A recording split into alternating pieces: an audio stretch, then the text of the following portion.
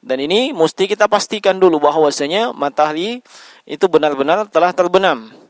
Dan untuk memastikannya, pertama dengan kita melihat langsung. Dengan kita melihat langsung. Kalau memang kita mampu untuk melihatnya atau kita berada pada posisi yang bisa melihat matahari itu terbenam. Naam. Dan kalau tidak, maka kita mendengarkan pemberitaan dari orang yang terpercaya yang memberitakan bahwasanya matahari telah terbenam. Naam. Bagaimana dengan azan maghrib? Azan maghrib itu juga tanda bahwasanya waktu untuk berbuka puasa. Hanya saja jemaah sekalian, umumnya kita perhatikan bahwasanya azan maghrib itu melalui waktunya dengan menggunakan jam, dengan menggunakan jam. Padahal yang namanya jam yang digunakan itu kadang bermasalah, kadang lambat, kadang juga ada yang cepat, bahkan kadang ada yang mati. Nah, olehnya kita menyaksikan kalau itu yang jadikan patokan, maka beberapa masjid itu tidak bisa bersamaan sebab jam mereka itu berbeda-beda. Nah, jam mereka berbeda-beda. Dan walaupun azan, mungkin ada yang mengumandangkan azan, tapi kalau kita bisa melihat matahari belum terbenam, maka ketika itu belum masuk waktunya untuk berbuka puasa. Belum masuk waktunya untuk berbuka puasa. Sebab yang jadi patokan adalah terbenamnya matahari. Terbenamnya matahari, bukan semata-mata waktu atau jam. Nah, adapun waktu atau jam itu digunakan untuk pendekatan, bukan untuk mentahqiq, bukan untuk memastikan. Yang pastinya, sebagaimana yang disebutkan dalam hadis atau sunnah, bahwasanya itu dengan terbenamnya matahari. Nah, kemudian jemaah sekalian, rahimani wa rahimakumullah, kata Nabi sallallahu alaihi wasallam, la yazalun nas bi khairin, manusia senantiasa berada dengan kebaikan. Nah, an-nasu di sini umum, tapi am yuridu bihi al-khas. Maksudnya lafadznya umum, tapi yang diinginkan adalah khusus. Sebab yang diinginkan dari kalimat an-nas di sini adalah kaum muslimin, khususnya mereka yang sedang berpuasa. Nah, ini yang dibahasakan oleh para ulama dengan istilah am yuridu bihi al-khas. Lafadznya umum, tapi yang diinginkan atau maksudnya adalah khusus. Nah, dan bi khairin bi al-musabaha. Artinya, kaum muslimin yang sedang berpuasa itu akan terus-menerus diiringi dengan kebaikan. Terus-menerus mereka akan diiringi dan bersama dengan kebaikan selama mereka menyegerakan berbuka puasa ketika telah masuk waktunya. Apa bentuk kebaikan yang dimaksudkan dalam hadis ini? Sebahagian ulama menyebutkan bahwa di antara bentuk kebaikannya adalah mencontoh dan meneladani Nabi sallallahu alaihi wasallam dalam hal berbuka puasa. Kemudian di antara bentuk kebaikannya adalah bersegera untuk menuju kepada keutamaan dan karunia dari Allah Subhanahu wa taala terhadap sesuatu yang Allah halalkan setelah Allah mengharamkannya. Allah halalkan setelah Allah mengharamkannya. Apa yang Allah halalkan? Makan, minum, dan semua pembatal puasa. Ketika telah terbenam matahari, itu kemudian halal. Yang sebelumnya, mulai terbitnya fajar, itu diharamkan bagi mereka yang sedang berpuasa. Maka, bersegera untuk mendapatkan karunia Allah Subhanahu wa taala itu adalah kebaikan.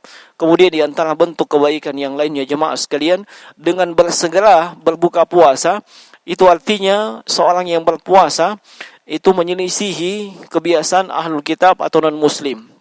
Sebab kebiasaan mereka adalah mengakhirkan buka puasa.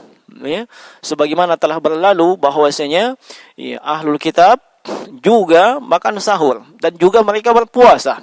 Nah, dan ketika mereka berpuasa, mereka mengakhirkan yang namanya buka puasa. Hal ini disebutkan oleh Rasulullah sallallahu alaihi wasallam sebagaimana yang datang dari Abu Daud As-Sijistani dalam sunannya dan Imam Ahmad dalam musnadnya dengan sanad yang dihasankan oleh Syekh Muhammad Nasiruddin Al-Albani rahimahullahu taala dari sahabat yang mulia Abu Hurairah radhiyallahu taala anhu, kata Nabi, la yazalud dinu zahiran ma ajjalan nasu al-fitr li'anna al-yahuda wan nasara yuakhirun.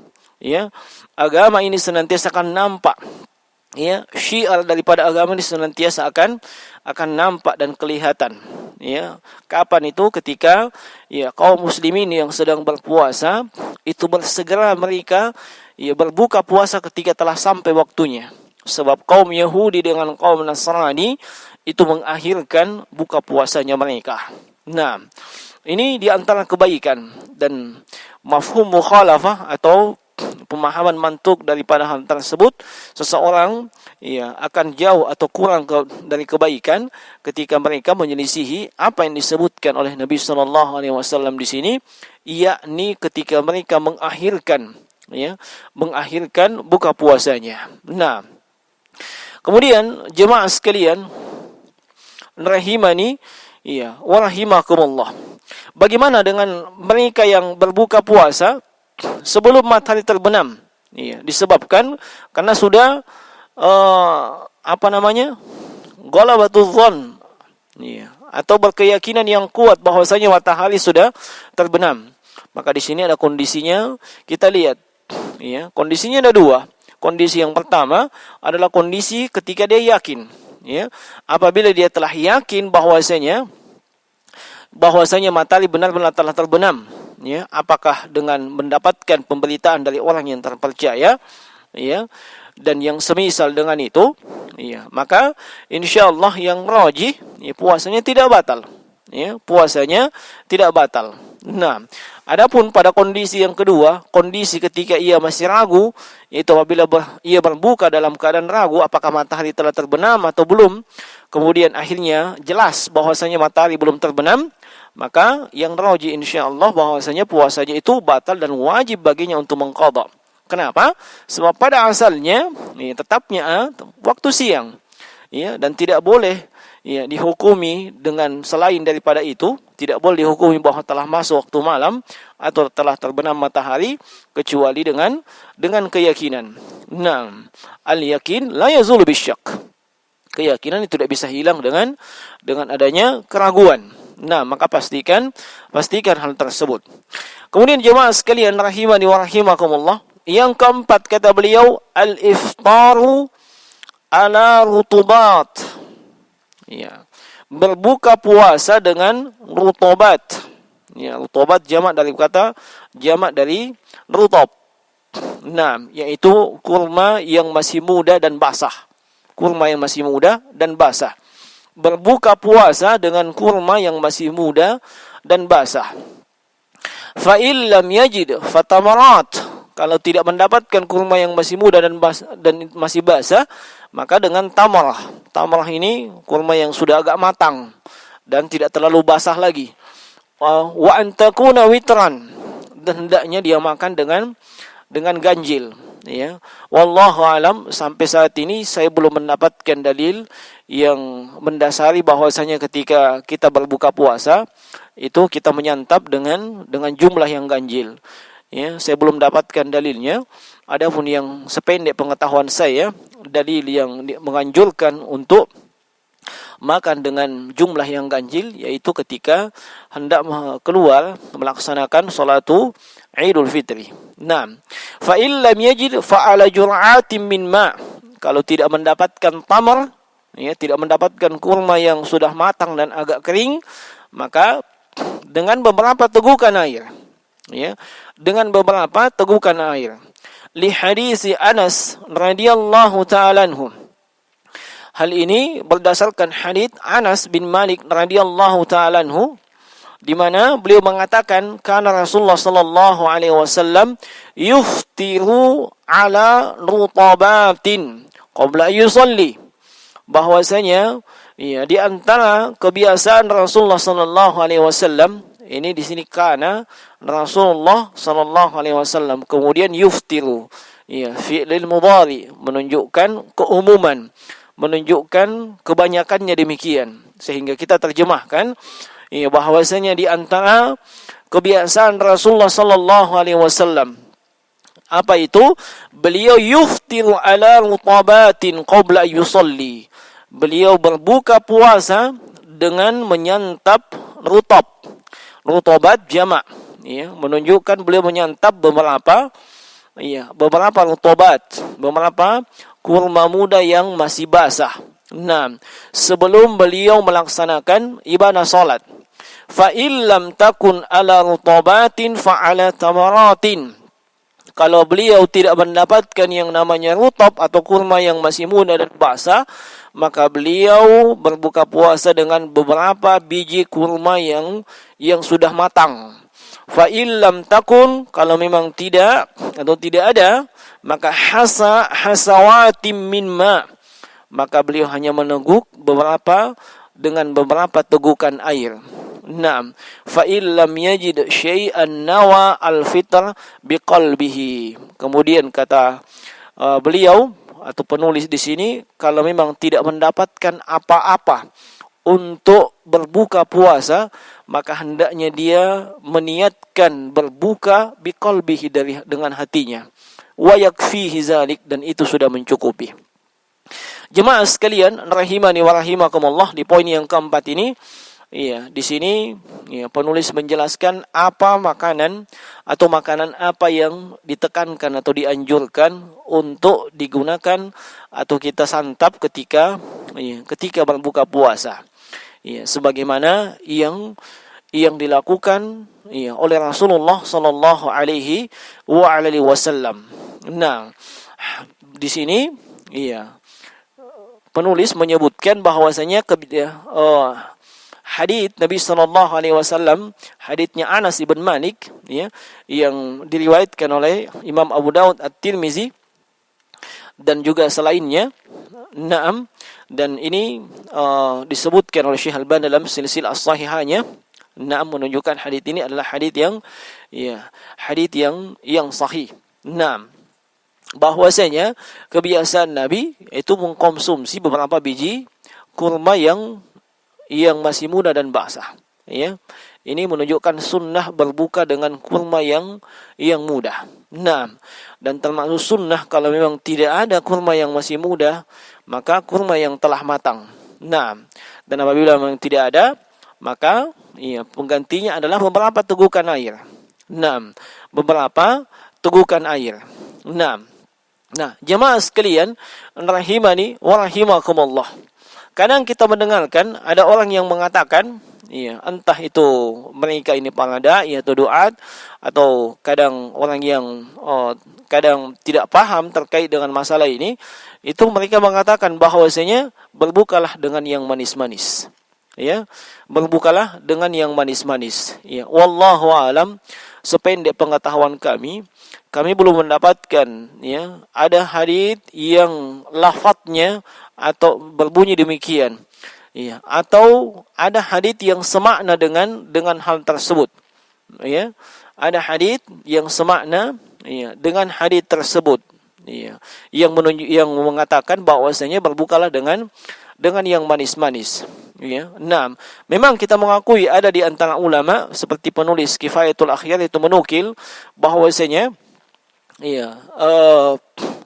menukil bahwasanya dikiaskan dari kurma itu manis. Nah, dikiaskan dari kurma itu manis. Namun ini dibantah oleh sejumlah ulama bahwasanya illah dari Nabi sallallahu alaihi wasallam memakan kurma, illahnya itu bukan karena manis, tetapi dalam buah kurma tersebut terdapat kebaikan dan keberkahan.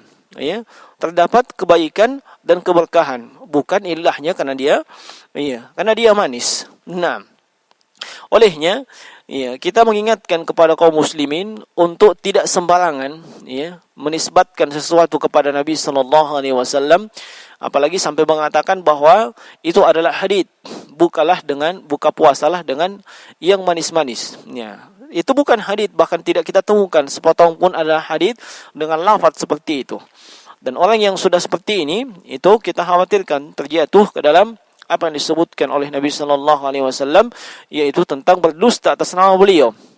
Kata Nabi sallallahu alaihi wasallam, "Man kadzaba alayya muta'ammidan falyatabawwa maq'adahu minan nar." Siapa saja yang berdusta atas namaku dengan sengaja, maka hendaknya dia siap-siap untuk menempati tempat duduknya di neraka. Wal iyadzu billahi min zalik. Nah, maka tidak ada yang namanya berbuka dengan yang manis-manis, ya. Yang ada adalah berbuka dengan kurma yang muda dan basah. Kalau tidak kita dapatkan, maka dengan kurma yang sudah yang sudah matang, yang sudah agak kering. Dan kalau tidak kita dapatkan itu juga, maka dengan air putih, ya. Dan ini adalah hal yang dianjurkan, walaupun ini tidak wajib atau hukumnya tidak wajib. Artinya apa? Kalau memang kita tidak mendapatkan kurma atau kita sulit mendapatkan kurma, ya, baik itu rutab maupun tamar, maka kita boleh berbuka dengan apa yang ada kita miliki. Ya, kita boleh berbuka puasa dengan apa yang kita miliki.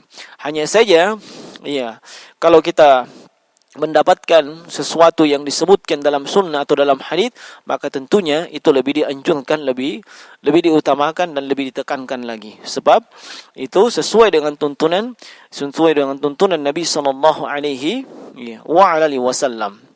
Kemudian jemaah sekalian, rahimani wa rahimakumullah, hadis ini juga menunjukkan bahwasanya Nabi sallallahu alaihi wasallam berbuka puasa terlebih dahulu, kemudian beliau salat. Ya, berbuka puasa dulu kemudian beliau salat. Ya, sebab dalam hadis disebutkan yuftiru ala rutabatin qabla yusalli. Beliau berbuka sebelum melaksanakan ibadah salat. Dan ini yang dianjurkan. Ya. Nah, hanya jemaah sekalian seperti yang disebutkan oleh Syekh Shalih Al-Fauzan hafizahullah taala dalam al-mulakhas beliau, ya, terkait dengan kesalahan sebahagian dari saudara kita kaum muslimin yang ketika mereka berbuka puasa, mereka menyantap semua makanan, ya, seolah-olah buka puasa itu adalah momen balas dendam. Ya, makanan yang ada di hadapannya dengan berbagai model dan jenisnya, ya, itu pun disantap, membuat perutnya menjadi penuh dan berat dia melaksanakan salatul maghrib. Nah, dan ini adalah kesalahan, ya. Dan ini adalah kesalahan. Yang benar dan yang tepat adalah hendaknya dia mengkonsumsi beberapa biji kurma, ya, dan kemudian kalau tidak ada, ya, dengan air putih. Setelah itu dia melaksanakan ibadah salat. Nantilah setelah melaksanakan ibadah salat, silahkan dia makan dengan makanan yang berat. Jangan makan makanan berat sebelum melaksanakan ibadah salat, sebab dikhawatirkan itu malah memberatkan dia untuk melaksanakan ibadah salat. Nah, dan kalau memang dalam kondisi yang emergensi, yakni dia benar-benar tidak bisa menahan lagi laparnya, sementara hidangan sudah terhidang dan siap untuk disantap, dan dikhawatirkan nanti ketika dia sholat dia tidak khusyuk, maka sebagaimana disebutkan dalam hadis yang lainnya, idza quddimal asya wa uqimatis shalah, maka ketika makan malam sudah disiapkan dan sholat sudah mulai ditegakkan, maka silahkan makan terlebih dahulu. Nah, itu kalau memang kondisinya betul-betul tidak bisa lagi menahan lapar. Sebab dikhawatirkan dia sholat dalam keadaan tidak khusyuk mengingat lapar dan makanan yang sudah terhidang tersebut. Nah, ala kulli hal yang terbaik adalah kita berbuka dengan makanan yang ringan, kemudian kita melaksanakan sholatul maghrib, lalu setelah kita melaksanakan sholatul maghrib, itu kita kemudian makan makanan yang berat. Kemudian jemaah sekalian, rahimani wa rahimakumullah. Kata penulis di sini, fa illam yajid syai'an nawa al-fitr biqalbihi wa yakfihi dzalik. Kalau memang tidak mendapatkan sesuatu untuk berbuka, dan ini mungkin ada di antara saudara-saudara kita kaum muslimin yang berada di bawah garis kemiskinan, yang mereka tidak mendapatkan sesuatu untuk digunakan berbuka. Maka di momen Ramadan itu adalah momen kita diasah kepedulian sosial kita kepada saudara kita. Nah, memberikan buka puasa kepada orang yang mungkin membutuhkan buka puasa. Dan ini adalah suatu amalan soleh yang luar biasa.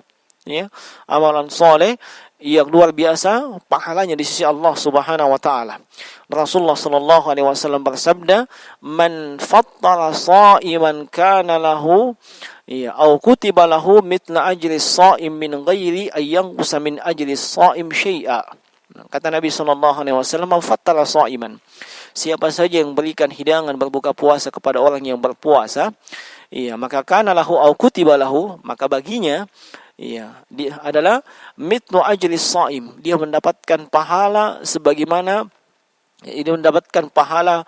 orang yang berpuasa, sebagaimana pahala orang berpuasa tersebut, min ghairi ayyanqusa min ajri shaim syai'a, dengan tidak mengurangi pahalanya orang yang berbuka, tidak mengurangi pahalanya orang yang berpuasa tersebut. Sehingga bisa kita katakan, kadang ada orang dia berpuasa mendapatkan pahala dari puasanya dan mendapatkan pahala puasa sebagaimana orang yang dia telah berikan makan untuk berbuka puasa. Nah, dan ini subhanallah, luar biasa. Maka ketika kita mendapatkan keluasan rezeki dari Allah Subhanahu wa taala, maka jangan kita sia-siakan kesempatan ini. Nabi sallallahu alaihi wasallam contoh dan teladan kita. Beliau miskin, tapi sebagaimana yang menjadi testimoni para sahabat radhiyallahu taala anhum, beliau adalah ajwadun nas. Beliau adalah manusia atau orang yang paling dermawan. Wa ajwadu ma yakunu fi Ramadan, dan beliau paling dermawan itu ketika Ramadan. Beliau paling dermawan itu ketika Ramadan. Maka jangan sia-siakan jemaah sekalian. Apalagi dimaklumi kita berada di musim pandemi COVID-19, di mana sebahagian dari saudara kita yang mungkin nanti ketika masuk Ramadan itu tidak dibolehkan untuk melakukan aktivitas. Ini mengakibatkan mereka tidak mendapatkan apa yang mencukupi untuk kehidupannya. Dan kalau kita mengulurkan tangan membantu mereka, apalagi di bulan Ramadan, tentunya pahalanya luar biasa. Nah, kemudian dari apa yang disebutkan penulis di sini juga, kalau memang tidak mendapatkan, termasuk tidak mendapatkan jemaah sekalian adalah ketika sulit untuk berbuka puasa. Seperti misalnya saudara kita yang berprofesi sebagai dokter atau tenaga medis, yang mereka ini berpakaian dengan pakaian tertutup atau ADP, yang sebagaimana yang sampai beritanya kepada kita bahwasanya pakaian tersebut itu dipakai selama 8 jam. Dipakai selama 8 jam, tidak bisa dibuka. Bahkan untuk buang air kecil, buang air besar, mereka mesti memakai pampers dan yang semisal dengan itu. Maka ketika dalam kondisi demikian dan sudah masuk waktu berbuka puasa dan mereka belum waktunya untuk membuka pakaian ADP-nya, sebab belum sampai 8 jam dan seterusnya, maka sebagaimana disebutkan oleh ulama yang menyusun kitab Fiqhul Muyassar ini, maka boleh saja dia berniat cukup dengan hatinya. Nah, dan hendaknya mereka ini bersabar, dan berharap pahala di sisi Allah Subhanahu wa taala. Sebab apa yang mereka lakukan adalah tugas yang mulia. Dan hendaknya kaum muslimin yang lainnya itu banyak-banyak mendoakan mereka, sebab mereka ini adalah pahlawan di zaman ini. Mereka yang berada di garis terdepan, mereka berada di garda terdepan, untuk menangani para pasien yang terjangkit dengan pandemi COVID-19 ini. Sebagaimana kita memohon kepada Allah Subhanahu wa taala agar pandemi ini itu berlalu di dunia ini, dan secara khusus di negara kita tercinta ini Indonesia sebelum masuknya bulan Ramadan. Kemudian jemaah sekalian, masih bisa? Yang kelima adalah ad-du'a indal fitr wa asna'us siyam. Liqaulihi sallallahu alaihi wasallam, salasatun la turad da'watuhum, as-sa'imu hatta yuftir, wal imamul 'adilu, wal madlum. Yang kelima di antara yang dianjurkan ketika kita sedang berpuasa, adalah berdoa ketika berbuka puasa. Dan termasuk di antaranya juga adalah berdoa ketika sedang berpuasa. Mengapa demikian? Sebab Nabi SAW bersabda, salasatun la turad da'watuhum. Ada 3 golongan yang doa mereka ini tidak tertolak. ada 3 golongan yang doa mereka ini tidak tertolak.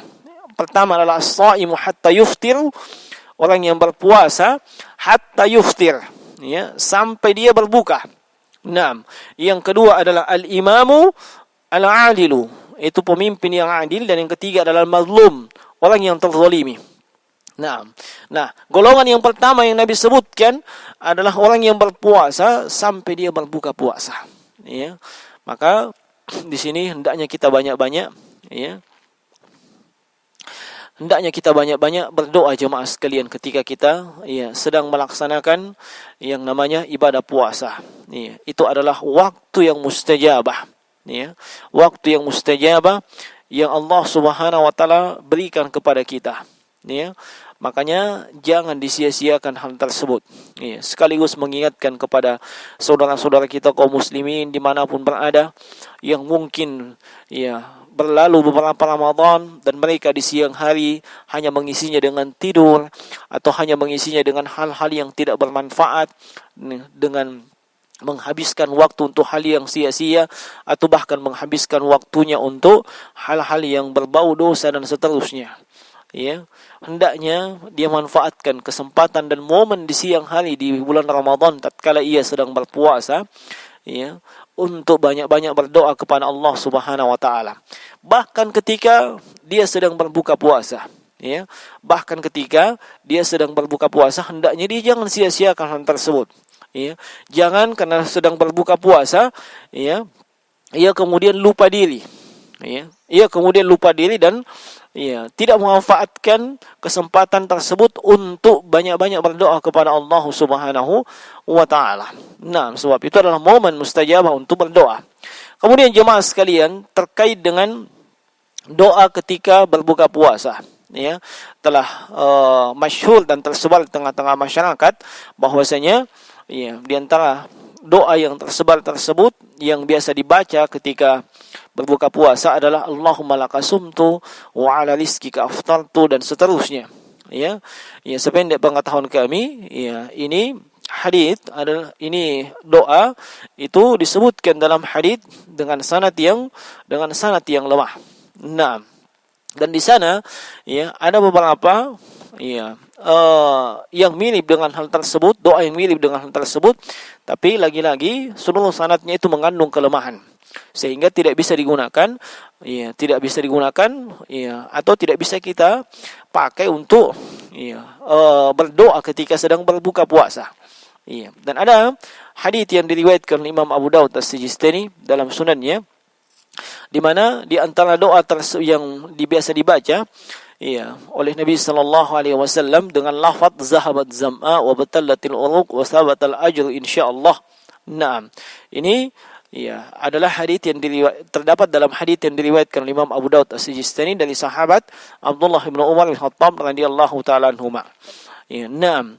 Walau demikian, sebahagian ulama itu mensahihkan hadits ini. Ya, di antara ulama yang mensahihkan hadits ini adalah Syekh Al-Albani rahimahullahu taala. Namun di antara ulama ada juga yang melemahkan hadits ini, ya, seperti misalnya Syekh Muqbil bin Hadi Al-Wadi'i, ya, rahimahullahu taala. Nah, dan Syekh Muhammad bin Shalih Al-Utsaimin, ya, itu beliau mengisyaratkan bahwasanya, ya, hadits ini, ya, beliau sendiri tidak bisa pastikan kesahihannya. Ya, beliau sendiri tidak bisa pastikan kesahihannya. Nah, walaupun diketahui ada di antara ulama ahlul hadits yang mensahihkan hadits tersebut. Nah, ala kulli hal ada keluasan bagi para asatidzah, bagi para kiai atau penuntut ilmu untuk melakukan penelitian terkait dengan keabsahan hadits zahabatiz zam'a wa batallatil uruq wa sabatal ajr insyaallah taala. Nah, kemudian yang berikutnya jemaah sekalian, kalau misalnya hadits ini, ya, adalah hadits yang sahih, ya, atau minimalnya adalah hadits yang hasan sehingga bisa kita baca ketika kita sedang berbuka puasa, maka hendaknya diperhatikan bahwa ini dibaca, ini misalnya, ya, ini dibaca setelah kita menyantap. Ya, sebab lafadznya zahabatiz zam'a wa batallatil uruq, telah hilang yang namanya dahaga, urat-urat telah basah, wa sabatal ajru, dan telah tetap pahalanya insyaallah. Kapan itu hilang dahaga? Apakah sebelum berbuka atau setelah berbuka? Tentunya setelah berbuka. Ya, demikian pula urat-urat telah basah tentunya setelah berbuka.